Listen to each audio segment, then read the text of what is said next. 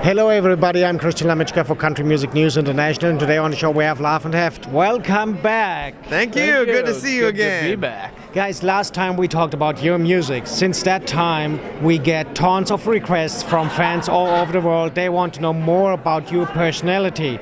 So, let me know, which was the last book you read? The last book I read is called Government Zero, and it's a book by Michael Savage, and he's a pretty conservative, kind of well-known talk show host. He's got a great radio show, and I don't know, he basically just wants to uncover a bunch of or debunk stuff that's happening in the government. So it's a very good book, and it's something that I would recommend reading before this election this year. The last book I read was last night, and it's called The Giving Tree, and it's a children's book, and I read it to my kid before he went to bed, and then I read Colors before that. It has all the colors. Okay, I think I just lied then, because I actually have read The Little P since then. So. The last movie. Ooh, I gotta think about that for a second. Eric, do you remember? The last movie I think I saw was The Martian. Okay. Matt Damon, yeah.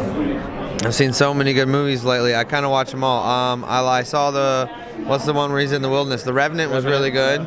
The new Star Wars is great. But we have, what's the new show we just watched? Fortitude. Fortitude is our new favorite show. It's filmed in Iceland, and it's so Yeah, good. It's supposed to be set in an island that's north of Norway in the Arctic. So. Did you finish it? Not yet. I'm 2 man, episodes. It's so good. I binge watched it in 3 days. It was on Amazon Prime. It's so good. I can't wait for the next season. After the interview, we had a really strong fan of you sending us 10 times the same email asking, can you ask the guys the next time you met them what she have to cook to invite you for a dinner at home? Okay. Well, for me, I would want Thai food because Thai food is my favorite, extra spicy. Where is she from? You know? That's where she made a big secret out of. Okay. Well, if she's from somewhere in Europe, I would like Hungarian goulash, please. Wow. Why? I used to spend a lot of time in Hungary as a kid, and it's one of my favorite things to eat. So, then another question was, who's the better cook of you? It depends. He's better on the grill. I think I'm better on the stove. Steven thinks he's a really good cook, but he puts a lot of hot sauce in everything, so there's not a whole lot of different flavors. It's just spicy. So that's good. He has his style of cooking, which he's good at. Another question was, who is the better singer in the bathroom of you both? I don't really Eric sing in the doesn't bathroom. sing in the bathroom, so I guess I win by default. Yeah, I'm quiet. Eric when I'm only alone. sings on stage. Another thing was, I remember, is if it works for you, if one fan will send you a big chocolate cake. I have a giant sweet tooth. I love chocolate, so if someone would like to send me a giant chocolate cake, I will eat all of it. I would like it to be Oreo cookies flavor. So now we need the address to send it to. 3024 or 1600 North Division Street, Nashville, Tennessee 37203. There you go. Okay, so let me see. You love to read books for your kid. Yeah. You love to read books about Politics. yes.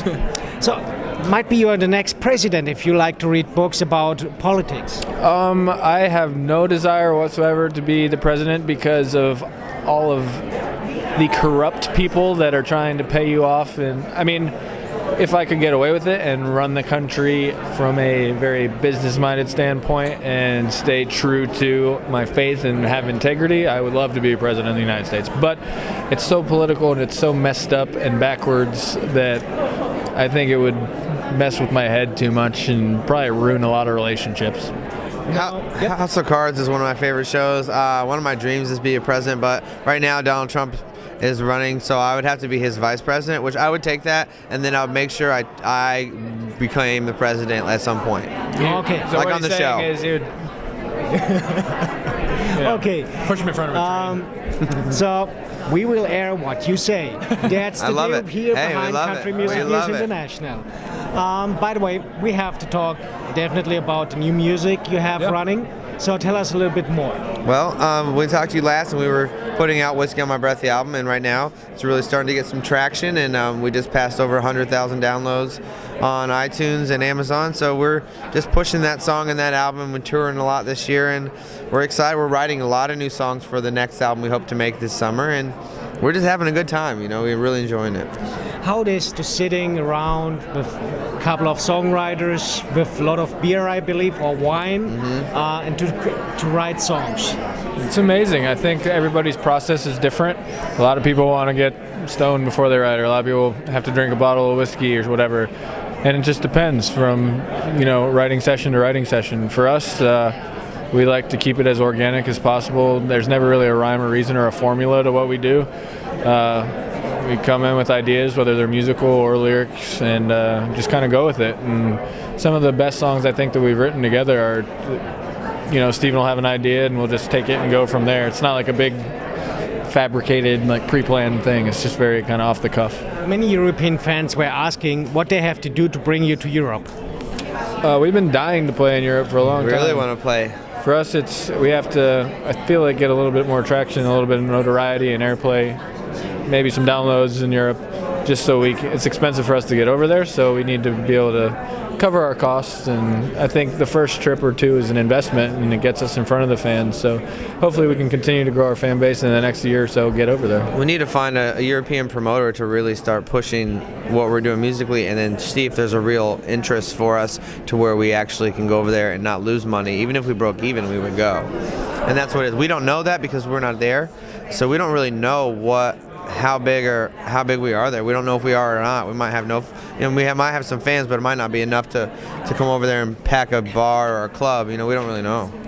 So now it's your time to send a request to your European fans to contact your management to tell them you have to go. So the best address for the management is?